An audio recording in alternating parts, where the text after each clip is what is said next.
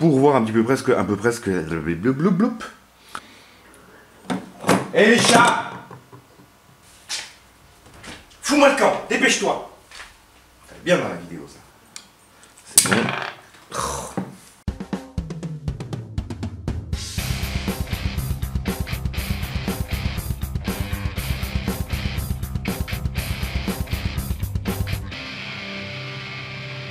Salut tout le monde et bienvenue dans cette nouvelle vidéo. Aujourd'hui on monte la petite AK, pour moi cette fois-ci, faite avec les pièces de la Tombola. Alors pour rien vous cacher, je l'ai déjà monté, redémonté. J'ai préparé quelques trucs qui sont chiants à faire en vidéo et qu'il n'y a pas besoin, mais tout vous sera détaillé, tout vous sera expliqué.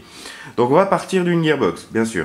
La gearbox, elle est remontée ici, elle est légèrement upgradée et tout vous sera détaillé dans une deuxième vidéo pour voir un peu ce que j'ai mis dedans comme upgrade. Il y en a encore un petit peu à faire, mais là ça tourne très bien. J'ai fait avec les pièces que j'avais et surtout avec les pièces FPS Software qui m'ont été gracieusement offertes par la marque FPS Software via leur ambassadeur en France Pipo et le shop Atomic. Donc un grand merci à eux et on verra vraiment pendant la phase de tir, de test de la réplique, ce que ça donne, comment ça tourne, mais pour le moment j'en suis assez content. Alors cette AK, qu'est-ce que je vais faire?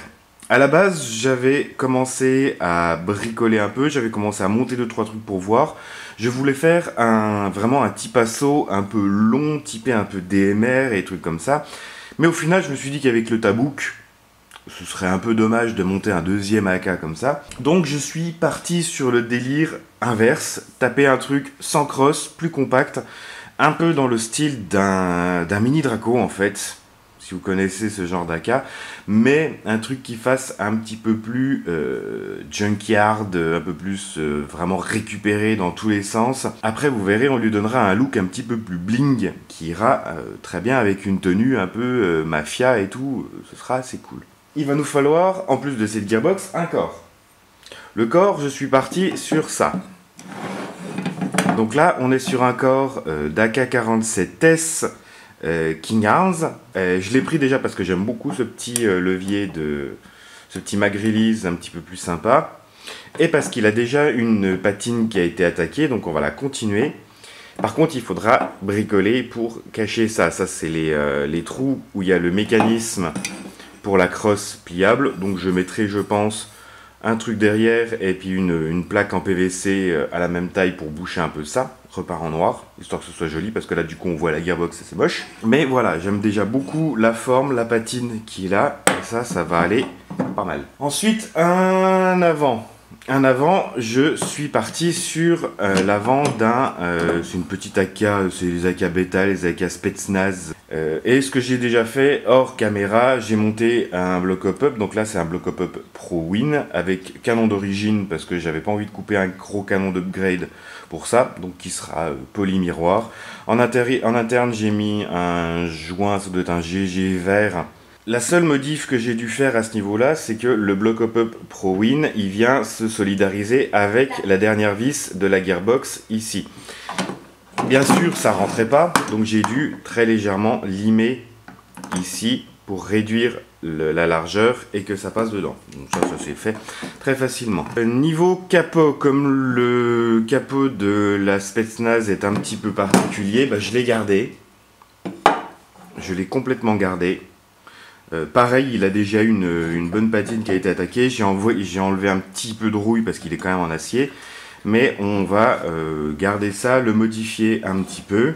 Donc il va falloir maintenant assembler tout ça. Les détails que j'ai dû modifier, ça va être au niveau de la poignée. À la base, je voulais mettre une poignée d'AK-74, mais ça rendait pas bien.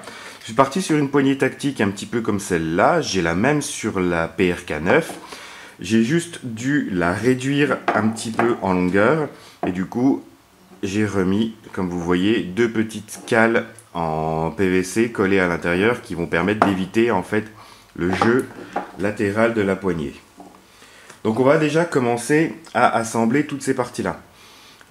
On verra plus tard au niveau de la fenêtre d'éjection, du bouton de verrouillage du capot, vous verrez, j'y ai pas mal bricolé comme sur l'AK que j'ai fait pour le gagnant, mais j'ai fait ça différemment. Alors première étape toute simple, ça va être déjà de remettre la gearbox dans son corps.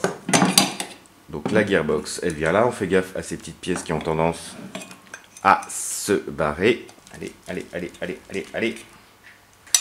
Tu as décidé que tu voulais pas aujourd'hui. Là, voilà. Clac. Et on va faire surtout attention au niveau des câbles. Il faut que les deux câbles de ce côté-là passent bien dans le passage qu'il y a. Et il faut que les deux câbles à l'avant ne soient pas pincés sur le côté de la gearbox. Donc c'est un petit peu tendax à gérer correctement, surtout avec la caméra dans la tronche. Voilà. Clac. Et là, normalement, la gearbox, elle devrait se présenter nickel. Pour verrouiller ça, on peut mettre tout de suite le levier d'armement. Donc le levier d'armement, on commence toujours par cette petite pièce. Je vais vérifier d'en avoir une qui n'est pas usée, parce que vu qu'elles sont en zamac, c'est souvent le problème de ces petites pièces à la con qui s'usent et qui posent problème. Levier d'armement, bon, j'ai pris un levier d'armement qui correspond, avec sa petite vis, la petite rondelle et le tout, voilà. On peut venir serrer ça correctement. Si ça veut bien venir se mettre en place, voilà. Ça pareil, c'est une vis, on la serre pas comme un abruti, parce que ça a vite tendance à vriller. Voilà, ça a vite tendance à vriller le pas dans la gearbox. Une fois que ça c'est vrillé, c'est foutu à moins d'y retarauder plus gros. On met un petit cache, j'en ai un, tac. Et on va pouvoir venir présenter l'avant. Donc l'avant, toujours un petit peu en angle, jusqu'à ce que le bloc-up passe. Et là, par contre, moi, il faut que je joue un petit peu, parce que les pièces sont assez serrées, surtout au niveau du bloc-up, pour que ça vienne rentrer parfaitement à ce niveau-là. Là, voilà. Bon, à force, ça y va tout seul. Paf, paf, paf. Donc là, ce qu'on peut faire, je vais venir mettre une vis, remettre la vis au niveau du bloc-up. Tac, ça pareil, c'est une vis qui va pas falloir serrer non plus comme un bourrin, c'est juste vraiment pour solidariser le bloc-up avec la gearbox. Une fois voilà qu'elle arrive au bout,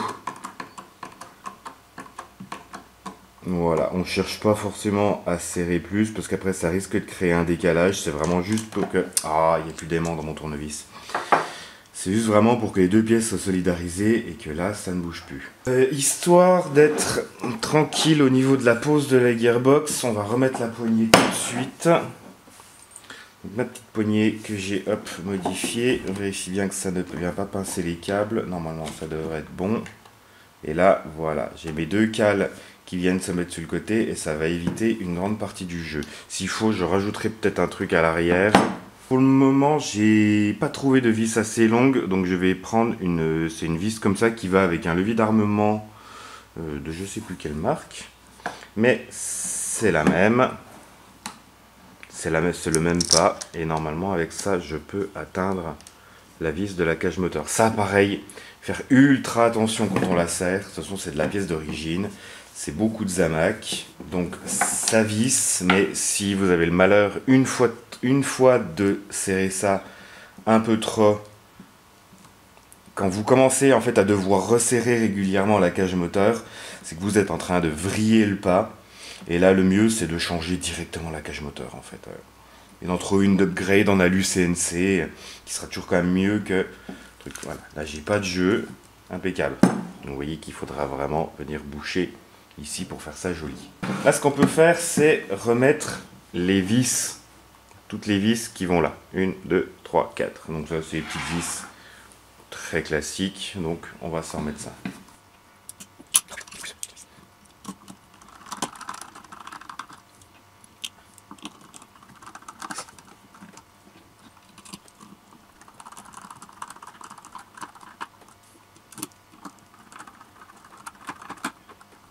Tac, voilà. Donc là, nos vis dans la partie avant de la réplique, c'est dans du plastique, mais c'est un petit écrou en acier qui est logé dans le plastique. On peut se permettre de serrer à peine plus, mais pas trop non plus, histoire de ne pas arracher le plastique quand on va serrer la vis. Après, dans le corps King Arms, c'est du métal, c'est pas trop gênant non plus. On va parler fenêtre d'éjection. Parce que là, pour le coup, je pouvais me permettre de refaire un truc à peu près propre. Donc j'ai eu cette fenêtre d'éjection que j'ai dû légèrement modifier. J'ai dû limer un peu la partie là, la réduire en épaisseur et puis en hauteur pour qu'elle glisse. Pour qu'elle vienne en fait glisser correctement ici. Voilà, qu'elle vienne se loger correctement ici et qu'elle glisse le long de la réplique. Et j'ai dû refaire une tringlerie pour pouvoir remettre ce petit bouton. Alors la tringlerie, j'ai copié un peu ce qu'il y a sur la Galil. J'ai trouvé une tige de métal comme ça, que j'ai pliée là au debout pour que ça vienne ici se loger dans le bouton. J'ai créé un petit stopper, là c'est un petit morceau de cuir que j'ai collé autour, j'avais trouvé que ça. Et poncé et collé à la colle forte pour que ça bouge pas, avec des ressorts. Donc là c'est des ressorts de stylo bille. J'ai scavengé quelques malheureux stylo billes pour récupérer des ressorts. Et donc ma fenêtre d'éjection va venir ici. Avec la pression dans un sens, la pression dans l'autre et le stopper, elle va plaquer la tige contre le bouton et venir plaquer la fenêtre d'éjection dans l'autre sens. Donc on va venir remettre tac, notre bouton. On vient présenter en comprimant un peu le ressort, en essayant de ne pas le prendre dans la gueule, on vient présenter ça tac, dans le trou là-bas en face, et ça ici. Et tac, ça là. Il y aura peut-être à ajuster un petit peu ici pour que la tige elle se décale correctement, parce que là elle a tendance à me soulever un peu la fenêtre d'éjection, mais ça ce sera, voilà, il y a beaucoup de choses, ce sera fait dans la partie esthétique, finition de la réplique. Là c'est vraiment le but de monter un truc fonctionnel, et là du coup voilà, la pièce fait son taf. Le bouton il est monté sur ressort du coup, parce que le stopper là vient pousser les ressorts dans un sens pour ça, et il empêche. Il permet de repousser la fenêtre d'éjection dans l'autre sens. Donc là, on n'a plus qu'à décaler nos câbles. Venir remettre le capot. Tac. Et tac. Voilà. Donc là, ça tient. Pas de souci. Un petit peu de jeu, mais rien de bien violent. Et vous voyez, il faudra ajuster un petit peu ça pour que la fenêtre d'éjection, elle se plaque bien correctement. Mais là, je peux avoir accès à mon hop-up. Pour terminer, vous voyez que j'ai pas de cache-flamme. Normalement, on serait sur un cache-flamme typé AK-74, espèce de tube là avec une parabole, mais j'en ai pas. Du coup, je voulais garder quand même le côté assez compact du truc. Donc on va mettre un petit cache-flamme typé AK très classique. Voilà. Et ça garde vraiment le côté très compact de la réplique, et ça, je trouve que c'est mieux. J'ai essayé d'autres choses, mais c'est encore ce qui rend le mieux. Et la dernière touche, pour le moment, tac, niveau chargeur, j'étais parti sur un drum, mais les mini Draco, ils sont souvent avec un chargeur un peu long. Donc, voilà. Un DAT Fatas chargeur. Niveau esthétique, ce que je pensais faire, c'est lui rajouter un côté un peu bling. Donc, continuer en fait la patine, plus ou moins, qui a été commencée sur le corps et le capot. La continuer sur cette partie-là, sur le front sight. Et en fait, enlever complètement toute la peinture et le traitement qu'il y a eu. Faire ces trois parties complètement métal à nu, pour lui donner un côté biton argenté et noir. Et je pense que ça peut rendre vraiment, vraiment sympathique. Donc pour le moment, cette petite AK, elle est remontée. J'ai largement la place sous le capot pour venir y mettre ma petite Lipo 7.4. Ça ne gêne pas du tout, c'est vraiment au top. Donc voilà, cette petite AK, pour le moment, elle est remontée. Il y a encore beaucoup de boulot à faire, mais elle est fonctionnelle. Elle tire droit, elle tire loin. Le chargeur fit très bien, la gearbox tourne nickel. Donc là, la prochaine vidéo, ce sera finition esthétique, rendre ça vraiment bling et vraiment stylé. Donc n'hésitez pas à me dire ce que vous en pensez, qu'est-ce que vous changeriez, qu'est-ce que vous ajouteriez. Et voilà, n'hésitez pas à me laisser un petit pavé dans les commentaires, ce sera toujours cool de vous lire. Sur ce, je vous dis comme toujours merci d'avoir regardé. N'hésitez pas à partager, à liker, à vous abonner à la chaîne si ce n'était pas déjà fait. Salut, salut, airsoftez bien, et à la prochaine.